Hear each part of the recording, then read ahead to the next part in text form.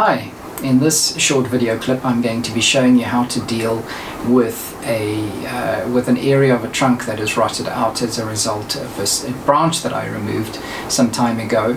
Unfortunately the wound hasn't healed entirely, and so rot has started to set in.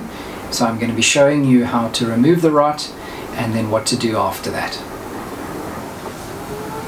So as you can see, this is the area where the branch was removed a number of years ago. And although the callus has largely healed over the wound, there was still an area that it hadn't healed over, and that wood had started to rot. In order to remove the rotted wood, there's a number of tools that you can use, but what I find very useful is this little ginning tool. It looks a little bit like a dentist's tool actually, but it's got a very sharp edge, or very sharp point on this side, and then a fairly blunt side to it as well. The side that we're really going to be using to remove the rot is the sharp side, which actually acts as a bit of a scraper. I have already hollowed out most of the rotted wood in preparation for this video, but as you can see, this tool is very useful for getting into this area and just scraping out all the rotted wood.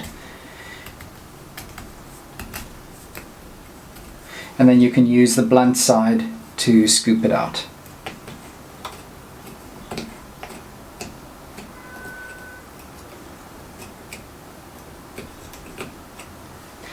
You need to continue doing that until you've removed all the rotted wood, because we're next going to fill the hole or cavity with cement, and of course you can't have rotted wood still in there, so you need to be rather thorough in removing all the rotted wood.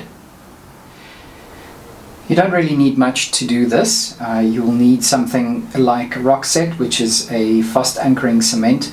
Otherwise, if you don't have access to it, you can use any kind of cement sand mixture, a little bowl to mix with, some water to mix with the rock set, or if you're using cement and sand, and then a teaspoon or something to stir with, and a little applicator to scoop the mixture into the cavity. As you can see, I've put a little bit of the rock set powder into the bowl, and I'm going to add some water. It's best to have a rather thick consistency. It makes it easier to apply it into the cavity, and rather mix too much than too little, but don't mix more than what you're able to apply in a few minutes, because it does harden quite quickly. If you're using something like cement and sand, it will take a little bit longer though, but this I think sets in about 15 minutes or so. It starts to set, and so you need to work quite quickly once you've mixed it. So mix it very well until all the powder has been absorbed into the mixture.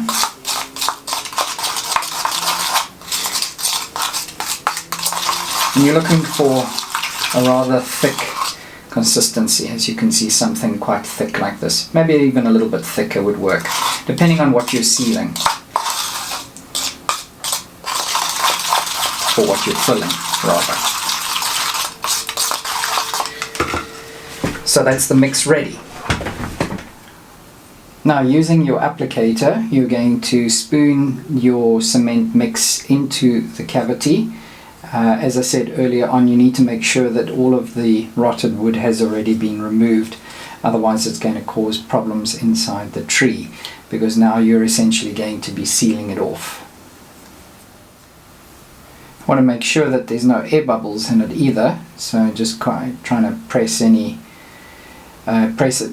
the mixture quite hard to make sure that it's filled the entire space on the inside.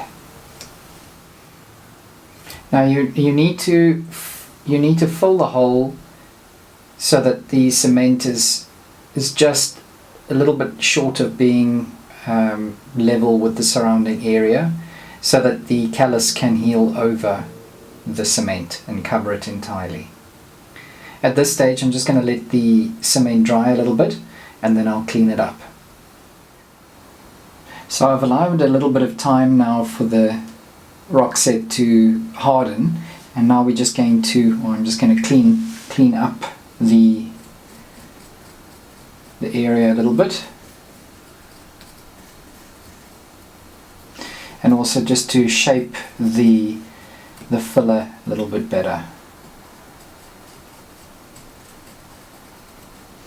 If you're using a cement mixture, it will take a little bit longer than the rock set because it's a quick acting cement, but you do get certain epoxy type cements as well which harden even quicker than this product that I'm actually using. So what you need to do is you need to shape the cement in such a way that when the callus forms over this area, it'll be smooth, not indented and not too raised either.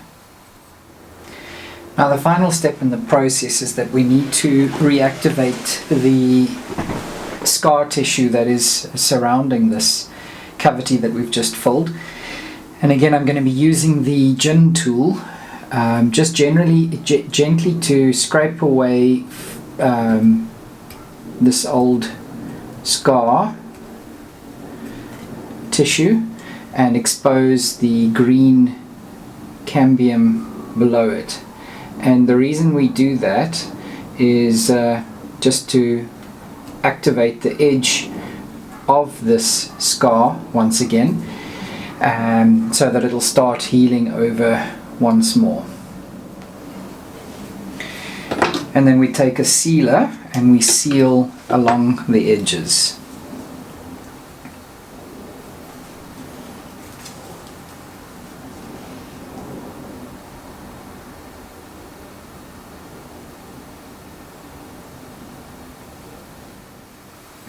What you might have noticed already is that this is a very pronounced scar that is healed over here.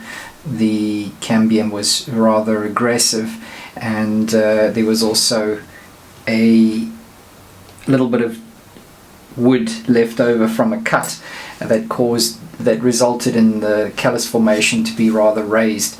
So my intention is to first have this area heal over entirely, and then I'm going to reduce this area over time and get it to smoothly callus over next time.